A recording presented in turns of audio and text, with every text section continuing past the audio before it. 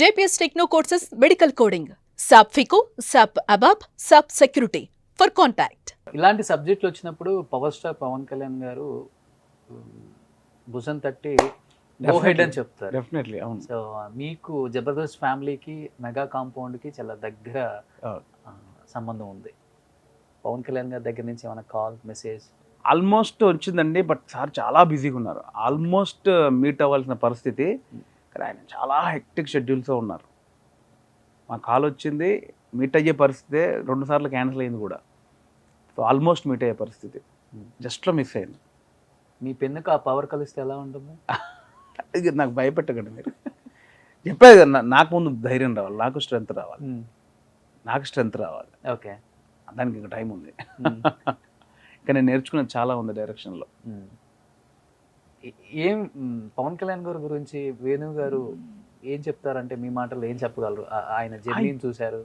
అత్తారింటికి దారి వెళ్ళినప్పుడే పవన్ కళ్యాణ్ గారు, మేము అందులో నేను అత్తారింటికి దారి చేశారు. అవును, మేము సినిమా చేశాక ఆయనతో ఫోటో దిగడం బ్యాలెన్స్ ఉంది, ఆయనతో ఒక షార్ట్ బ్యాలెన్స్ ఉంది.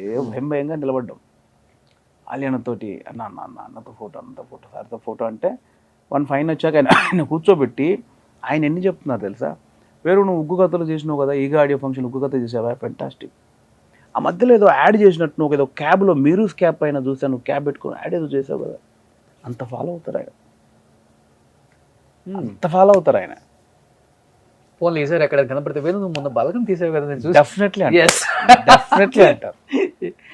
అంటారు. నాకెందుకు సర్దార్ గబ్బర్ సింగ్ అప్పుడు కూడా నాకు ఎంత సపోర్ట్ చేశారు. ఆయన ఒక్కరే నన్ను నాలో కమెడియన్ కాకుండా యాక్టర్ ఉన్నారని ఆయన పసిగట్టి, మీరు సర్దార్ గబ్బర్ సింగ్లో నాకు సీరియస్ క్యారెక్టర్, ట్రౌట్ క్యారెక్టర్, క్లైమాక్స్లో పవన్ కళ్యాణ్ గారికి నేను సపోర్ట్గా ఉంటా. ఆయన you are not a comedian, your actor, keep it up my boy. And Sardaar Gabbar Singh అప్పుడు అలా I'm expecting you more from you in future వచ్చింది సార్. కానీ మీరు సర్దార్ గబ్బర్ సింగ్ లో చూడండి, అసలు సీరియస్ ఎపిసోడ్లో మొత్తం నేనే ఉంటా. నన్ను ఆయన అప్పుడే చూసారు ఒక యాక్టర్గా. మీరు కమెడియన్ కాదు సార్, మీరు మంచి పొటెన్షియల్ ఉంది, మీ కళ్ళల్లో ఏదో కనిపిస్తుంటుంది, నాకు మీ బాడీలోనే ఏదో నాకు కనిపిస్తుంటుంది, your not a comedian, your actor అని ఊరికే అన్నారు అనుకున్నా. ఆ వేషం ఇచ్చారు నాకు సర్దార్ గబ్బర్ సింగ్లో. సో ఆయన ఇంకో కిక్ అది అంతే. నేను ఓపెన్గా చెప్తా, ఆయన సినిమాలు వస్తే 2 వేసుకొని పోతారు రాత్రి 2 గంటలకి. నేను ట్రూ ఫ్యాన్, నాకు భయమే లేదు. ఆ పిచ్చిగా అరవాలి అనేది అన్ని సినిమాలకి. ఇప్పటికి పవన్ కళ్యాణ్ గారి మూవీస్ రిలీజ్ అయితే అరుస్తూనే ఉంటారా థియేటర్లో? అంతే. అంటే ఒక సెలబ్రేషన్ మూమెంట్ ఉంటుందండి నాకు. లిటరల్గా 2-3 సినిమాలకు అయితే మేము మధ్యాహ్నం 10 గంటల నుంచి వెళ్ళి చింపడాలు స్టార్ట్ చేసి ప్రిపరేషన్ చేసి అవన్నీ రెడీ చేసుకుని పోతాం. అదొక చిన్న ఫ్యాన్ బేస్ మూమెంట్ లాగా. అంటే హోలీ ఎట్లుంటుంది, హోలీకి అందరే మనం అక్కడికి వెళ్ళి ఆడాలి చేయాలి ఉంటుంది కదా, ఆ ప్రిపరేషన్ ఉంటుంది. కనిపించింది రీసెంట్ గా ఫ్యాన్ బై మూమెంట్ కూడా వాల్తేరు వీరయ్యలో బాబీ అన్న డైరెక్ట్ చేస్తే ఒక ఫ్యాన్ బాయ్ ఎలా చూపించాలనుకుంటాడు ఆయన హీరోని, అలా ఫీచర్ లో పవన్ కళ్యాణ్ గారిని అలా చూపించారు వేణు గారు. గాడ్ గ్రేస్, నాకు అంత పవర్ రాలి, అవకాశం వస్తే డెఫినెట్లీ. సూపర్. అండ్ బేసికల్గా దిల్ రాజు గారు ప్రతి కథలో ఇన్వాల్వ్ అవుతారు, డైరెక్టర్స్ది అంత ఇన్వాల్వ్మెంట్ తక్కువ ఉంటుంది, కొంత ఎక్కడో చోట కొంత మార్పులు చేర్పులు కూడా ఎక్కువ ఉంటాయి అనేది ఉంటుంది. మీకు ఆ ప్రైవసీ ఇచ్చారా లేకపోతే? నాకు 100కి 1000% ప్రైవసీ ఇచ్చారు. నా కథలో ఆయన ఎక్స్పీరియన్స్ ఎంతో యూజ్ అయింది. ఓకే, దిల్ రాజు గారు ఒక 500 సినిమాలు డిస్ట్రిబ్యూటర్గా చేసిన ఎక్స్పీరియన్స్, ఒక 50 సినిమాలు మెయిన్ స్ట్రీమ్ ప్రొడ్యూసర్, ఆ ఎక్స్పీరియన్స్ నా సినిమాకి బాగా ఉపయోగపడింది. అంటే ట్రూగా పర్ఫెక్ట్ కథ ఉంటే, పర్ఫెక్ట్ డైరెక్టర్ వీడు చేయగలడు అని అనుకుంటే ఆయన దగ్గర నుంచి వచ్చే సపోర్ట్ మామూలుగా ఉండదు. దానికి నేనే సాక్షిని మీ ముందు. And for the first time screen మీద రివీల్ చేస్తున్నారు అనమాట. బలగం మూవీకి డైరెక్టర్ గారికి ప్రొడ్యూసర్ గారు ఎంత రెమ్యూనరేషన్ ఇచ్చారు?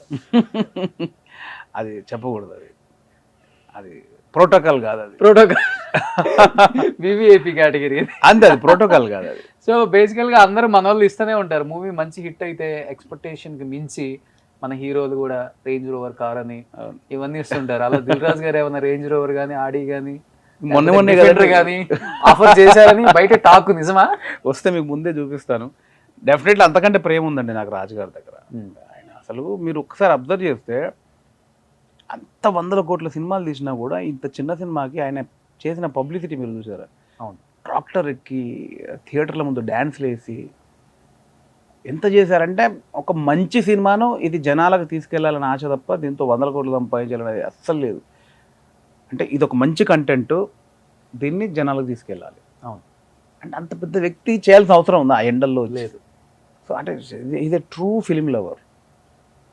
ఆయన అసలు సిసలైన సినిమా ప్రేమికుడు ఆయన. నేను ఈ 2 సంవత్సరాలు చూశాను ఆయన ఎంత సినిమా పిచ్చో. ఇప్పుడు మేము ఫస్ట్ ప్రీమియర్ షో 19th వేసాం, ఫిబ్రవరి 19th వేసాం. అప్పటికి రెడీ అవ్వాల. అప్పటికి నాకు కంపల్సరీ 19th వేయాలంటే పెద్ద కవులు వస్తున్నారు, డేట్ ఫిక్స్ అయిపోయింది, నేను మార్చలేను, నువ్వు ఏం చేస్తావు, నాకు కాపీ కావాలి అన్నారు. ఆల్మోస్ట్ ఒక 1 వీక్ నుంచి డే అండ్ నైట్ పని చేస్తున్నాం. ఆ 19th వేసిన ప్రీమియర్ షో కూడా 100% మూవీ కాదు, 80% మూవీ. అంటే మిక్సింగ్లు కానీ సీజీలు సరిగ్గా రాకపోవడం, మిక్సింగ్ సరిగ్గా అవ్వకపోవడం, ఇక్కడ డబ్బింగ్ ట్రాక్లు కొన్ని యాడ్ అవ్వకపోవడం, ఇలాంటి లేకుండానే 19th షో రెడీ చేయాల్సి వచ్చింది. అప్పటికి మేము 1 వీక్ డే అండ్ నైట్ 24/7 పనిచేసాం. సో 19th వేయాలి, 18th 6 o'clock ఇంకా నేను మిక్సింగ్లో కూర్చొని వర్క్ చేస్తున్నా. ఆయన 19th కదా, 18th నైట్ 9 o'clock ఫోన్ చేశారు, ఎక్కడ దాకా వచ్చింది సార్? అవుతుంది సార్. 11కి చేశారు, ఎక్కడ దాకా వచ్చింది? అవుతుంది సార్. 1కి చేశారు, 4కి చేశారు, 6:30కి చేశారు, 8 o'clock వచ్చారు. 8 o'clock నేను స్టిల్ పని చేస్తూనే ఉన్నా, వచ్చి చూసి పర్లేదు ఇది చాలు అంటే దాన్ని బట్టి మీరు అర్థం చేసుకోవాలి. అందుకే కళ్ళని లోపలికి పోయాను. అంతే. ఇప్పటికి నేను ప్రాపర్గా పడుకున్నది లేదు యాక్చువల్గా. అవునా? అంటే ఆఫ్టర్ దిస్ మూవీ కూడా ప్రమోషన్ థింగ్స్ కానీ, మేము తిరగడం కానీ, మీటింగ్స్ కానీ, అంటే మంచి సినిమా ఇంకా రీచ్ చేసే ప్రాసెస్లోనే ఉన్నాం. ఇంకా ఆల్రెడీ పబ్లిక్కే మౌత్ టాక్ తోటి రీచ్ అయిపోయింది. అవును. ఇంకా ఇప్పుడు యుఎస్లో కొన్ని చోట్లనే షోస్ పడ్డాయి, వాళ్ళందరూ ఫోన్లు చేస్తున్నారు నాకు. ఆస్ట్రేలియా నుంచి కాల్స్ వస్తున్నాయి, లండన్ నుంచి కాల్స్ వస్తున్నాయి, సార్ మా దగ్గర రావట్లా, అదిరిపోయిందంట సినిమా, మేము చూడకూడదా ఇలాంటి. సో ఈ రీచ్ చేసే ప్రాసెస్లో మాకు టైం ఉండట్లేదు బేసిక్గా. అమ్మ చూసారా? చూసింది. ఎలా ఫీల్ అయ్యారు? లాస్ట్లో ఏడ్చింది, చూసింది. ఆమె జీవితంలో ఆమె అంటే ఇందులో ఉన్న కొన్ని కల్చరల్ యాక్టివిటీస్ వాళ్ళు బాగా కనెక్ట్ అవుతారు. ఈరోజు అలా దూతలు కట్టుకున్న ముసలోళ్ళు ఎందుకు వస్తున్నారంటే కల్చర్ని చూస్తున్నారు, మళ్ళీ కల్చర్ని చూసి రియలైజ్ అవుతున్నారు. సో మా అమ్మ చూసి నవ్వుకుంటుంది, ఇవళ్ళు పట్టినాం కదా మా ఇంట్లో, ఇది చేసినాం కదా, అది చేసినాం కదా, వాడు చూడు ఎట్లా చేస్తుందో. అంటే వాళ్ళకి ఆమె నిజ జీవితంలో చూసుకున్నట్టు అనిపించింది, రీకలెక్ట్ చేసుకుంది, లాస్ట్లో ఏడ్చింది. ఇలాంటి ఎమోషన్స్ని క్యారీ చేయించాలి అంటే దిల్ రాజు గారి తర్వాతే. అప్పుడు శతమానం భవతి పొంగల్కి రిలీజ్ అయిన టైంలో ఇదే ఎమోషన్స్ మీద క్యారీ చేయగలిగారు. ఇప్పుడు బలగం అనే సినిమాని రాజు గారు అంతగా తీసుకెళ్ళకపోతే ఈ రీచ్ ఉండేది కాదు. అంటే నవే డేస్ ఈ రోజుల్లో మంచి సినిమా ఎప్పటికీ నిలబడుద్ది. ముందు రోజులు వేరు, ఇప్పుడున్న ఫాస్ట్ కల్చర్ వేరు. ఇప్పుడు దాన్ని బలగంకి ఆయనే బలమై తీసుకెళ్ళాడు ఆయన. గ్రేట్. ఈరోజు మౌత్ జనాలు చూసి వాళ్ళే స్ప్రెడ్ అయ్యి చేసేంత వరకు ఆయన బాధ్యత. అది తీసుకెళ్ళి చూపించారు, ఇప్పుడు జనాలే దాన్ని తీసుకెళ్తారు. ఈ సినిమా రిలీజ్ తర్వాత దాదాపు ఒక 15 పెద్ద సినిమాలకి సైన్ చేశారు వేణు గారు. నాకైతే తెలియదు మరి. వస్తున్నాయి కాల్స్ వస్తున్నాయి, నాకు సమయం కావాలి సార్ అంటున్నాను. చాలా కాల్స్ వచ్చాయి. సో నేను దాదాపు 100 కోట్లు పైగా బ్లాంక్ చెక్లే ఇచ్చేశారు. ఓ అమ్మ, నిజమైతే ఎంత బాగున్నావు. మంచి అప్లాజ్ అయితే వస్తుంది, అందరూ అప్రోచ్ అవుతున్నారు. సో నేను ముందు ఈ సినిమా ఇంకా నాకు చాలా పని ఉంది, బలగం అప్పుడే అయిపోలే. ఈ సినిమాని ఇంకా చాలామంది జనాలకు చేర్చాలి, నాకు ఫోన్లు చేస్తున్నారు, ఇంకా చాలామందికి రీచ్ చేయాలి సినిమా, ఆ పనిలో ఉన్నాను నేను. సో సూన్ ఇవన్నీ డీటెయిల్స్తో మళ్ళీ చెప్తాను. డెఫినెట్లీ అనమాట. సూపర్ నిజంగా. అండ్ లాస్ట్ అండ్ ఫైనల్గా congratulations entire team of Balagam వినన్న. అండ్ మిమ్మల్ని ఇలా చూస్తున్నందుకు మాకే హ్యాపీగా ఉంది, ఎందుకంటే డే 1 నుంచి మిమ్మల్ని చూస్తున్నాం కాబట్టి అది లోపల ఉంటుంది ఎప్పుడు కూడా. అండ్ ఇంత పెద్ద హిట్ ఇచ్చిన ఆడియన్స్కి ఏం చెప్తారు? డెఫినెట్లీ తెలుగు ప్రేక్షకుల విజయం ఇది ఖచ్చితంగా. దిల్ రాజు గారి విజయం కాదా అన్న వేణు గారు? ఇప్పుడు బ్రాండ్ ని తీసుకెళ్లేది మా ప్రొడ్యూసర్. బ్రాండ్ చెప్పండి, దిల్ రాజు గారిని మర్చిపోయారు కదా ఈ సినిమాతో. మిమ్మల్ని ఏది దిల్ రాజు గారిని మర్చిపోయారు ఓవరాల్ గా. అసలు చెప్పాలంటే టు బి ఫ్రాంక్ ఆయన ఏమన్నా అనుకున్నా వేణు గారే కనిపించారు ఎక్కువ. ఆబ్వియస్లీ ఆయన లేకపోతే మాత్రం బలగలేదు. డబ్బులు పెట్టారు కాబట్టి. డబ్బులు పెట్టడం కాదు, దీన్ని తీసుకెళ్లే విధానం. ఎలా అయితే ఇది పబ్లిక్ రీచ్ అవుద్దని ఆయన తీసుకున్న ఇనిషియేట్ ఇంపార్టెంట్. డబ్బులు అందరూ పెడతారు కానీ దాన్ని తీసుకెళ్లే విధానం కూడా ఇంపార్టెంట్. ఇప్పుడు ఇంటర్వ్యూస్ అందరు చేస్తారు, రోషన్ చేసి ఇంటర్వ్యూ వేరు కదా. ఎందుకు మిలియన్ వ్యూస్ వస్తున్నాయి మరి? అందరూ మరి 100 ఛానళ్ళు ఉన్నాయి, ఎందుకు వస్తున్నాయి? దాన్ని తీసుకెళ్లే విధానం ఉంటుంది కదా. ఏదైనా ఒక క్వశ్చన్ చేసే విధానము, ఒక క్వశ్చన్ చేసే విధానము, అడిగే విధానము, ఏ పాయింట్ అయితే మాట్లాడుకోదిగా ఐడియా. ఆయన కూడా ఒక సినిమాని ఎలా తీసుకెళ్ళాలి, ఎలాంటి సినిమాని ఎలా తీసుకెళ్ళాలి అనేది ఆయన ఇనిషియేట్ తీసుకొని శ్రమ పడ్డారు. సో అది డెఫినెట్లీ. అలా మీరు డైరెక్టర్ అయినా కానీ మీ వేణు వండర్స్ లో ఉన్న కామెడీ యాంగిల్ ని ఎవరు మర్చిపోలేం కాబట్టి. అవును, మర్చిపోరు. మల్లన్న డైలాగ్ తో ఒకసారి ఆడియన్స్ కి కష్టపడ్డా, కథ రాసిన, సినిమా తీసిన, ఇలా రాస్తారు, రిలీజ్ చేసి, డబ్బులు ఇలా బలగా ఎవరిది?